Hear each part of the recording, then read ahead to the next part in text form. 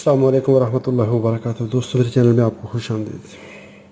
आज के सेशन में हम बात करेंगे कि डिले लाइन क्या होती है। लॉजिक डिले लाइन भी कहा जाता है, टीटीएल डिले लाइन भी कहा जाता है। ये है क्या चीज़? ये डिले मॉड्यूल है मेरे पास, टीटीएल DM50 है। सबसे पहले तो हमें देखना है कि डिले लाइन क्या है। जब हम बात करते हैं डिजिटल इलेक्ट्रॉनिक्स की हम कहते हैं कि जब हम किसी सर्किट को कोई सिग्नल अप्लाई करते हैं तो वो सिग्नल जैसे ही इनपुट पे जाए तो वो सिग्नल फ़ौरन ही आउटपुट पे पहुंच जाना चाहिए। मिसाल के तौर पे ये हमारे पास एक सर्किट है, कोई लॉजिक गेट है, कोई भी चीज़ है। इसको हम जब सिग्नल अप्लाई करते हैं और ये सिग्नल जिस वक्त अप्लाई हुआ, फॉर एग्ज़ाम्पल हमने ये यहाँ से लेके ये सिग्नल ऐसे अप्लाई कर रहे हैं, इस तरह का ये डिजिटल सिग्नल है। तो डिजिटल में हमें क्या ज़रूरत होती है कि स्पीड की ज़रूरत होती है। होना तो ये चाहिए कि ये सिग्नल, ये इनपुट है, ये आउटपुट है। ये सिग्नल जैसे ही हम अप्लाई करें ये फ़ौरन आगे चला जाए। लॉजिकली हम कहते हैं कि जैसे ही ये सिग्नल ये है तो हम कहते हैं आइडियली इसको ऐसे होना चाहिए, यानी जैसे ही सिग्नल ख़त्म हो तो इसको फ़ौरन से ड्रॉप हो जाना चाहिए। तो ऐसा होता नहीं है। क्यों?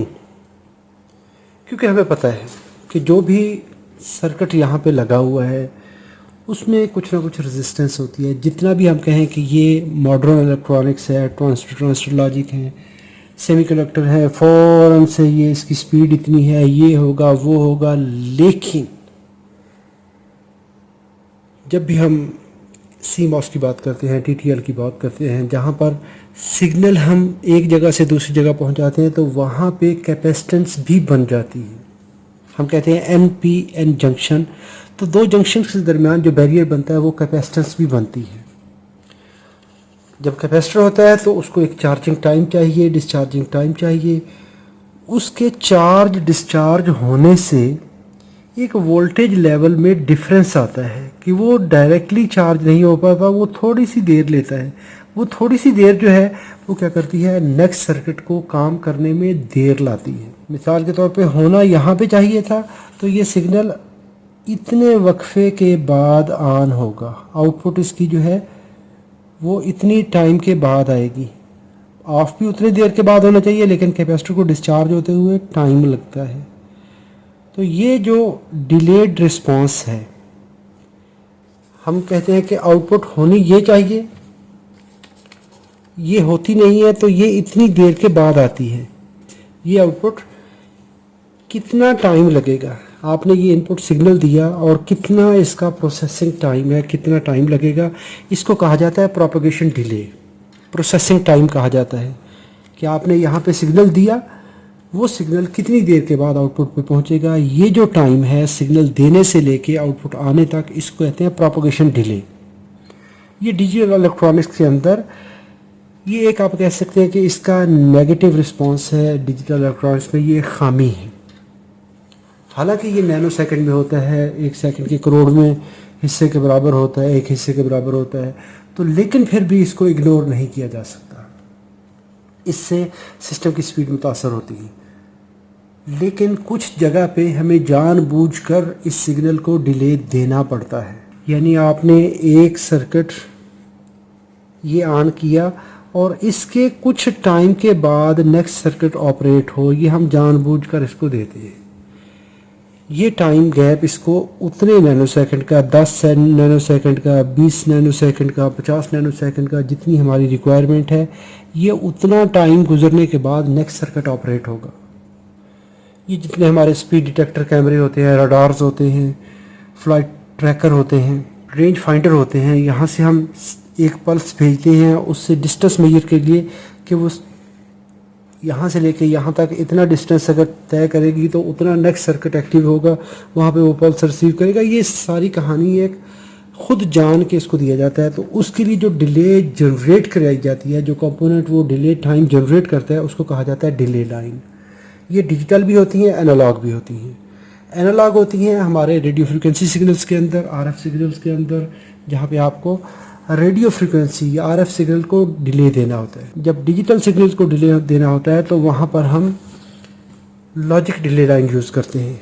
तो ये क्या होता है कि जितने हमारे एंड गेट हैं, और गेट हैं, इन्वर्टर हैं, बफर हैं, तो इनके अंदर एक टाइम लगता है इनपुट से लेके आउटपुट तक जाने में। तो आप अपनी ज़रूरत के मुताबिक जितना डिले टाइम लेना है तो 1, 2, 3 गेट, 4 गेट सीरीज़ में लगा के उतना टाइम दिया जा सकता है। तो आज जो हम बात कर रहे हैं TTL DM50 की, ये डिले लाइन क्या है कि इसकी एक इनपुट है, सिग्नल दिया इसको, और 5 इसकी टेप्स हैं 50M। तो ये 50 नैनो का इसका टाइम डिले है, और ये इंजीनियर्ड कंपोनेंट्स USA का बना हुआ है। TTL DM50 TTL transistor logic DM delay module है। 50 नैनो सेकेंड टाइम है इसका। ये मॉड्यूल यहाँ पे ऐसे लगाया, एक इसको इनपुट दे दी, 5 आउटपुट इससे ले ली। टोटल टाइम है यहाँ से लेके यहाँ तक, ये नंबर 5 आउटपुट है, तो ये 50 नैनो है। तो 50 नैनो का 20% हर आउटपुट आएगी। अगर 50 नैनो है, 100 नैनो है, 200 नैनो है, 250 नैनो है, 1000 नैनो है, जितने नैनो सेकंड का टाइम जनरेट करना है तो 20% टेप देगी। पहला 50 का 20% जो है वो 10 नैनो सेकंड होता है। 20, 30, 40, 50। अगर हम 100 नैनो की डिले यूज़ करेंगे तो वो 20, 40, 60, 80 और 100 इस तरह करके होगा। क्योंकि ये TTL है तो इसको TTL सप्लाई चाहिए, तो ये पॉजिटिव 5 वोल्ट देंगे इसको, साथ में ये ग्राउंड देंगे। ये ग्राउंड पावर सप्लाई के लिए और सिग्नल इनपुट दोनों के लिए ग्राउंड कॉमन होता है। तो ये 5 वोल्ट जो है ये 4.75 से लेके 5.25 वोल्ट DC तक होंगे। चलें जी, इसको अप्लाई करते हैं और फिर इसका रिस्पांस देखते हैं। अभी ये 14 पिन पैकेज में है। इस तरह करके इसका पिन, इस तरह इसका पिन आउट देख लेते हैं। तो ये 14 पिन इसकी पिन आउट पैकेज में है, डिप में है। ये है इसकी पिन नंबर 1 जो कि इंडेक्स पिन है, जिस पे डॉट लगा हुआ है, तो ये पिन नंबर 1 है। इसके बाद पिन 2 और 3 ब्लैंक हैं। पिन नंबर 4 पिन लगी हुई है। पिन नंबर 5 ब्लैंक है। 6, 7 लगी हुई हैं। इसके बाद यहाँ से चलेंगे तो ऐसे 8 नंबर लगी हुई है, 9 नहीं है, 10 है, 11 नहीं है, 12 है, 13 नहीं है, 14 नंबर आउटपुट है। अगर इनकी पिन आउटपुट देख लेंगे, पिन कॉन्फ़िगरेशन देख लेंगे, तो ये है सिग्नल इनपुट और ये है इसकी VCC pin. 14 number pin VCC है। पिन नंबर 7 वाली पिन कॉमन है, तो ये इसकी पहली आउटपुट, ये दूसरी, तीसरी, चौथी और ये 5वीं। 5 आउटपुट इससे हम लेंगे। अगर पिन आउट मैंने जो यहाँ पे ड्रा किया है इसको भी देख लीजिए। ये है इसका सिग्नल इनपुट पिन नंबर 1। 2 और 3 जो है वो नॉट कनेक्टेड है। पिन नंबर 4 जो है वो आउटपुट नंबर 2 है, यानी टेप 2 है। 5 नॉट कनेक्टेड है। 6, 7, 8, 9 नॉट कनेक्टेड है। 10 लगी हुई है। 11 नंबर नॉट कनेक्टेड है। 12 लगी हुई है। 13 नॉट कनेक्टेड है। 14 VCC है। तो ये एरो की डायरेक्शन मैंने, ये आउटपुट वाले को एरो बाहर है, तो जो सप्लाई वाली पिन है वो इन है और सिग्नल इन है वो भी इन है। चलें जी, इसको अभी हम पावर देते हैं। पावर देने के लिए हम क्या करेंगे कि TTL सप्लाई लेंगे। TTL सप्लाई होती है 5 वोल्ट एग्जैक्ट होते हैं, उसमें से आप 4.75 से लेके 5.25 वोल्ट दे सकते हैं।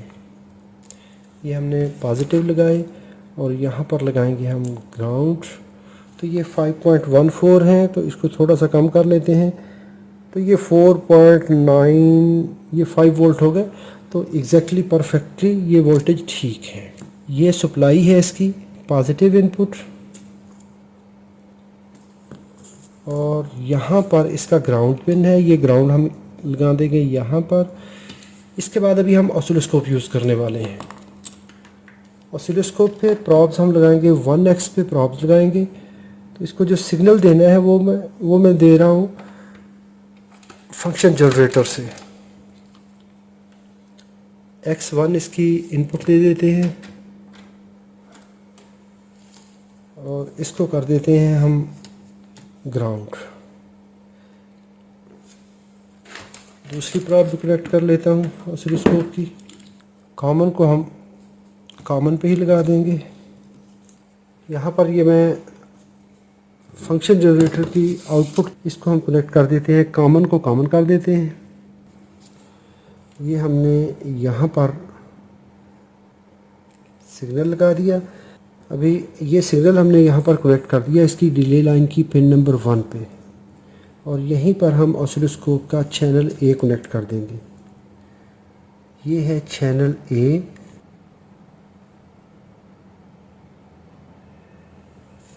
और अभी हम जो ऑसिलोस्कोप का चैनल बी है उसको पिन नंबर 5 पे कनेक्ट कर देंगे, जो कि 5वीं आउटपुट है।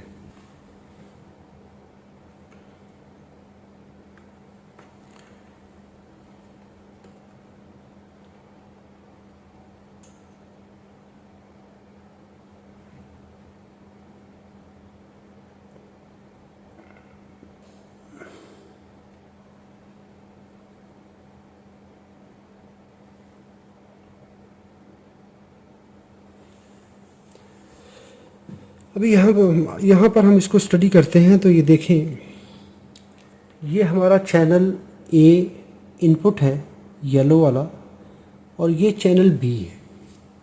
इन दोनों का अगर हम टाइम डिफरेंस मेजर करें तो इसको एक दफ़ा स्टॉप कर लें ताकि सिग्नल हमारा जो है वो स्टेबल हो जाए।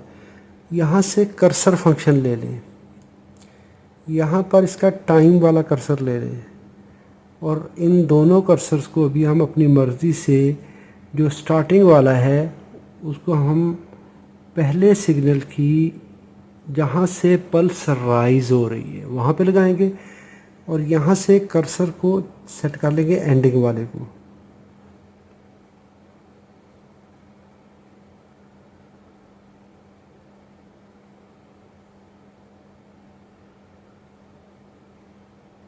अभी ये सिग्नल हमारा यहाँ से स्टार्ट हो रहा है, जो इनपुट वाला है, जो कि हम ये वाला सिग्नल इन कर रहे हैं। ये सिग्नल हमारा चैनल ए पे आ रहा है, तो जहाँ से ये स्टार्ट हो रहा है, और ये सिग्नल हमारा आउटपुट वाला है 5 नंबर आउटपुट, जो कि हम यहाँ से ले रहे हैं आउटपुट। यहाँ से सिग्नल इन किया, इसके अंदर प्रोसेस हुआ, ये देखें यहाँ पर सिग्नल दिया, पहली आउटपुट, दूसरी, तीसरी, चौथी, 5वीं। अभी हम सबसे आखिर वाली आउटपुट चेक कर रहे हैं। ये देखिए 50 नैनो सेकंड का टाइम यहाँ पर ये एग्जैक्टली शो कर रहा है। तो ये 50 नैनो की डिले लाइन है, तो ये 50 नैनो सेकंड टाइम आ रहा है इसका। अभी इसको हम आउटपुट नंबर 1 पे लगाते हैं, फिर देखते हैं इसका रिज़ल्ट। आउटपुट नंबर 1 इसकी है पिन नंबर 12 पे। 12 पे मैंने कनेक्ट किया, इसको मैं रन करता हूँ।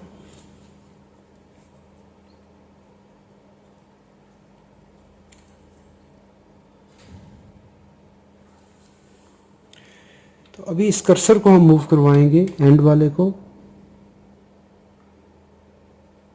ये 10 नैनो सेकंड टाइम आ रहा है।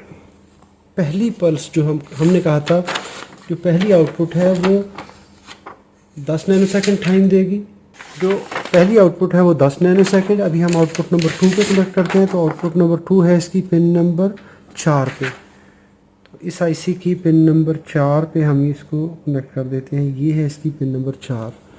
तो इस कर्सर को अभी हम उतना मूव करा के उधर ले जाते हैं, तो ये 20 नैनो, जहाँ से ये पल्स आगे बढ़ रही है, तो ये देखिए 20 नैनो सेकंड टाइम आ गया।